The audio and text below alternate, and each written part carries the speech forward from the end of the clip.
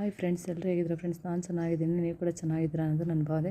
ಇದು ಗುರುವಾರದ ಕಂಟಿನ್ಯೂಷನ್ ಹಾಗಾಗಿರುತ್ತೆ. ನನ್ನ ಮಕ್ಕಳು ಸ್ಕೂಲಿಂದ ಬಂದಾದಮೇಲೆ ನನ್ನ ಫ್ರೆಂಡ್ ಜೊತೆ ಮಾತಾಡ್ತಿದ್ದೆ ಈ ರೀತಿ.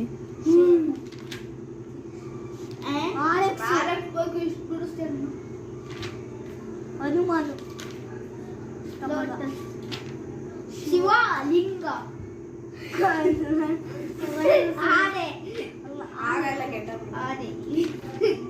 ಕಾಂಗುರು, ಕಾಂಗುರು, ಐರಾವತ, ಭೀಮದು, ಐರಾವತ, ಜಿಂಕೆ,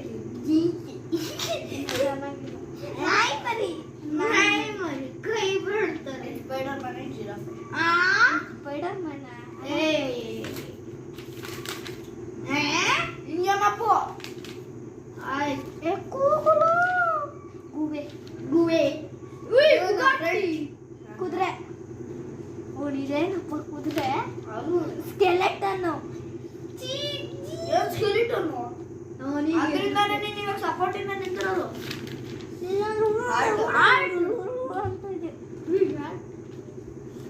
ಗಾಂಧೀಜಿ, ಜೈ ಗಾಂಧೀಜಿ, ಜಿಟಿಆರ್, ಯೂನಿಕಾರ್ನ್, ಕುದುರೆ, ಭೀಮು, ಭೀಮು ಚೆನ್ನಾಗಿದೆ. ನವೀನು ಕಣ್ಣೇ ಅಲ್ವಾ? ಮಾತುಕತೆ ಎಲ್ಲ ಮುಗಿಸಿ ನನ್ನ ಫ್ರೆಂಡ್ ಕೂಡ ಹೋದ. ಮತ್ತು ನೈಟ್ ಕ್ಲಿಪ್ಪಿಂಗ್ ಇದೆ. ನನ್ನ ಮಕ್ಕಳು ಓದ್ಕೊಳಕ್ಕೆ ಕುಂತಿದ್ರು, ನೋಡ್ತಿರ್ಬೋದು ನೀವು. ಆ ಟೈಮಲ್ಲಿ ನಾನು ಏನು ಮಾಡೋದು ಅಂತ ಹೇಳಿ ಇದೆಲ್ಲ ಕ್ಲೀನ್ ಮಾಡ್ಕೊಂಡು ಬಿಡೋಣ ಸ್ವಲ್ಪ ಮನೆ ಅಂತ ಹೇಳಿ ನೋಡ್ತಾ ಇದ್ದೆ. ನೈಟ್ ಆ್ಯಕ್ಚುಲಿ ಕ್ಲೀನ್ ಮಾಡಬಾರ್ದು, ಏನಂದರೆ ನಾನು ಫ್ರೀ ಇಲ್ಲದ ಕಾರಣ ಎಲ್ಲೋ ಒಂದೊಂದಿತ್ತು, ಹಂಗಾಗಿ ಕ್ಲೀನ್ ಮಾಡ್ಕೊತಾ ಇದ್ದೆ. ಮತ್ತು ಇವಳು ಪಕ್ಕದ ಮನೆ ಮಾನ್ವಿತಾ ಅಂತ ಹೇಳಿ ಹುಡುಗಿ ಹೆಸರು. ಎಷ್ಟು ಚೆನ್ನಾಗಿ ರೆಡಿಯಾಗಿದ್ಲು ಅಂದರೆ, ನಿನ್ನೆ ಟ್ಯಾಲೆಂಟ್ ಡೇ ಇತ್ತು, ಅದಕ್ಕೆ ರೆಡಿ ಆಗ್ತಾಯಿದ್ಲು. ಮತ್ತು ಡ್ಯಾನ್ಸ್ ಕೂಡ ಮಾಡಿದ್ದಾರೆ, ಶೇರ್ ಮಾಡ್ಕೊತೀನಿ ಅದನ್ನು.